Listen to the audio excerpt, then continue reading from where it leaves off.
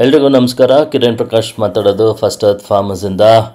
ನೋಡಿ, ಕೇವಲ ಬರೀ ಒಂದೇ ತಿಂಗಳು ಆಗಿರೋದು. ಅಕ್ಟೋಬರ್ 15 ಮತ್ತು 16 ಹಾಕಿರೋದು. ಇವತ್ತು ನವೆಂಬರ್ 14, ಹೆಚ್ಚು ಕಮ್ಮಿ ಒಂದು ತಿಂಗಳಾಗಿದೆ. ಇದಕ್ಕೆ ಬಳಸಿರೋ ಅಂಥದ್ದು ನೀವೇ ನೋಡ್ತಾ ಇದ್ದೀರಾ.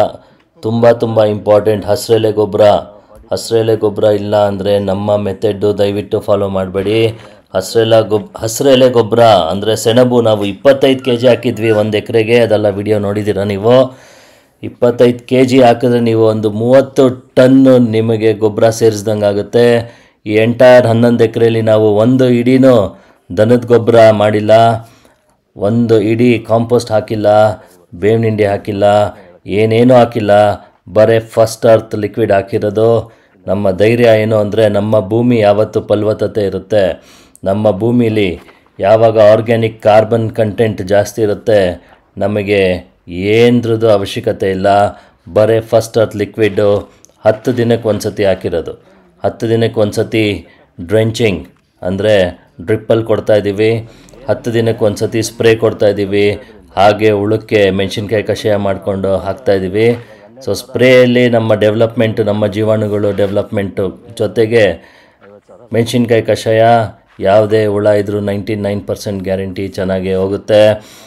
ಇದ್ರ ಜೊತೆಗೆ ಸ್ಪ್ರೇ ಹೊಡೆಯೋದು ನಮ್ಮದ್ರಲ್ಲಿ ಏನು ಮ್ಯಾಜಿಕ್ ಅಂದರೆ, ಸ್ಪ್ರೇ ಹೊಡೆಯೋದು ಒಂದೇ, ಬುಡಕ್ಕೆ ಹಾಕೋದು ಒಂದೇ. ಬರೀ ಕೋಸಲ್ಲ, ಇಲ್ಲಿ ಈ ವರ್ಲ್ಡಲ್ಲಿ ಯಾವ ಗಿಡಗಳಿದೆ ಎಲ್ಲ ಗಿಡಕ್ಕೂ ಒಂದೇ. ಪ್ಲೀಸ್ ದಯವಿಟ್ಟು ಅರ್ಥ ಮಾಡ್ಕೊಳ್ಳಿ. ನಾವು ಕೊಡ್ತಾ ಇರೋದು ಭೂಮಿಗೆ, ಗಿಡಕ್ಕಲ್ಲ. ನಮ್ಮ ಜೀವಾಣುಗಳು ಭೂಮಿಯಲ್ಲಿರೋ ಅಂಥ ಎಲ್ಲ ಮೈಕ್ರೋ ನ್ಯೂಟ್ರಿಯೆಂಟ್ಸ್ನು ನಿಮ್ಮ ಗಿಡಕ್ಕೆ ಬೇಕಾಗಿರೋ ಥರ ಕೊಡುತ್ತೆ. ನೋಡ್ತಾ ಇದ್ದೀರಾ ಎಷ್ಟು ಕ್ವಾಲಿಟಿ ಇದೆ. ಬರುತ್ತೆ ಹುಳ 100% ನಮ್ಮದಲ್ಲೂ ಬಂದಿದೆ. 10% ಅಲ್ಲ 20% ಬಿಟ್ಟಾಕಿ, ಹಾಳಾದರೂ ಪರವಾಗಿಲ್ಲ. ನಾವು 12,000 ಕೋಸ್ ಹಾಕಿರೋದು. ಇವಾಗ ನೋಡ್ಬೋದು ಎಷ್ಟು ಫಸ್ಟ್ ಕ್ಲಾಸಾಗಿ ಬಂದಿದೆ. ಬರೀ ಒಂದೇ ತಿಂಗಳು.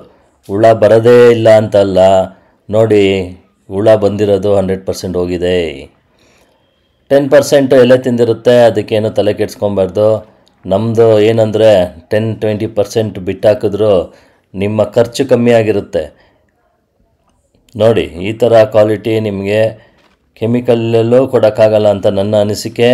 But 100% natural, 100% success.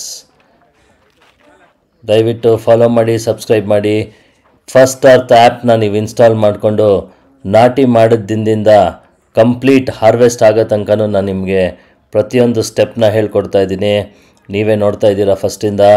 ಇದ್ರ ಜೊತೆ ನಾವು ಏಲಕ್ಕಿ ಬಾಳೆ, ನೇಂದ್ರ ಬಾಳೆ, G9 ಬಾಳೆ ಮತ್ತು ಕಬ್ಬು, ಮೆಣಸಿನ್ಕಾಯಿ, ಕೋಸು ಇಷ್ಟಿದೆ.